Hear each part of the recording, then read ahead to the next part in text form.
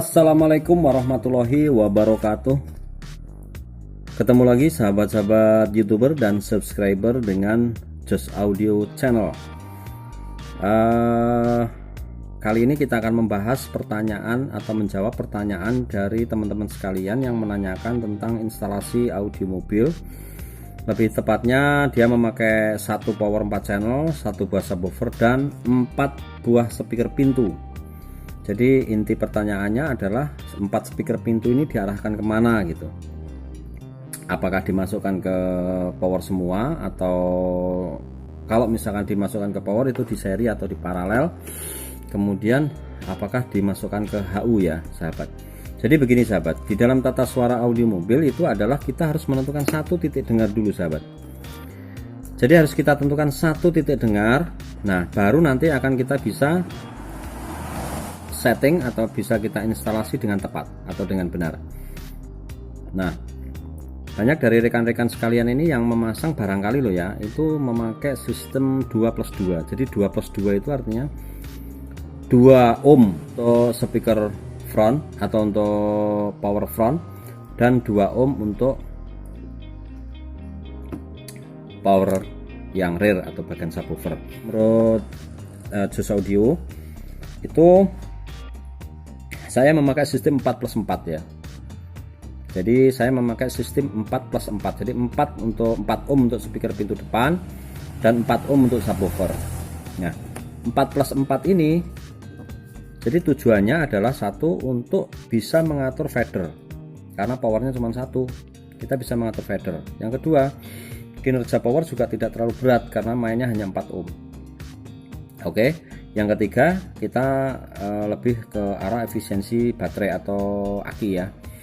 Biasanya kalau yang main 4+4 ini aman di aki ya, nggak nekorne aki lah kalau bahasa Jawanya begitu. Oke. Nah, sekarang bagaimana cara mengatur agar bisa 4+4 sahabat dan bisa diatur titik dengarnya. Baik. Karena kita tentukan titik dengar itu di jok depan atau di antara jok depan, maka speaker pintu belakang itu kita masukkan ke head unit ya. Nah nanti yang RCA input ke power itu kita ambil dari channel front di head unit. Jadi kalau pakai double DIN itu kan line out belakang itu kan ada front out, ada rear out, ada subwoofer out gitu kan, ada 6 channel toh. Nah kita ambil yang front out LR itu kita masukkan ke front. Oke, sementara untuk speaker pintu belakang kita masukkan ke jalur HU yang kabel warna ungu sama hijau. Oke ya. Nah, sekarang kalau pakai single DIN. Kalau pakai single DIN itu rata-rata kan kalau untuk HU Cina itu kan dia pakai rear output. Kalau rear output gimana, Bang? Gampang. Kalau rear output berarti yang jalur di HU speaker out HU yang diarahkan ke speaker pintu itu kita pindah.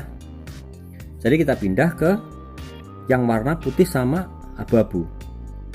Nah nanti baru itu kita bisa geser-geser titik dengarnya, bisa maju, bisa ke belakang dan lain sebagainya. Oke ya, sampai di sini jelas ya. 4+4 ini adalah mempunyai efisiensi di power. Jadi power itu nggak panas sahabat, powernya aman, powernya nggak panas, jadi nggak terlalu kerja ekstra, tetapi masih bisa menghasilkan suara yang lumayan bagus atau lumayan enak. Oke, nah sekarang pertanyaan begini, Kang, ini saya sudah main 4 ohm plus 4 ohm tetapi kenapa power saya masih panas? Jadi gini, panasnya itu yang panas bagaimana dulu sahabat, karena panasnya saya dengan panasnya orang lain itu berbeda gitu. Nah sebagai acuan atau sebagai patokan bahwa panasnya itu berbahaya adalah ketika sinyal indikator LED itu nyala gitu loh, sinyal proteksi maksud saya, sinyal proteksi itu nyala. Karena pabrik itu dia menciptakan itu berbagai macam sinyal indikator proteksi itu sudah banyak sekali di situ, termasuk sinyal DC offset atau disebut sebagai clipping ya, atau mungkin kelebihan beban itu juga bisa menghidupkan lampu proteksi yang rusak konslet, short dan lain segala macam.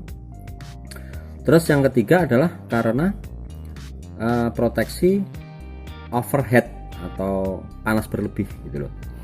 Nah ini sudah ada batasannya sahabat. Jadi sebenarnya kalau menurut saya ketika power itu panas tetapi tidak sampai menyalakan lampu protek, saya kira it's okay, aman-aman saja gitu, tidak masalah. Tetapi kalau misalkan ini hanya sebuah kekhawatiran atau kekhawatiran barangkali nanti akan terjadi kebakaran atau segala macam, maka kita berikan kipas DC aja di atas power itu gitu loh. Jadi saya kira tidak masalah ya.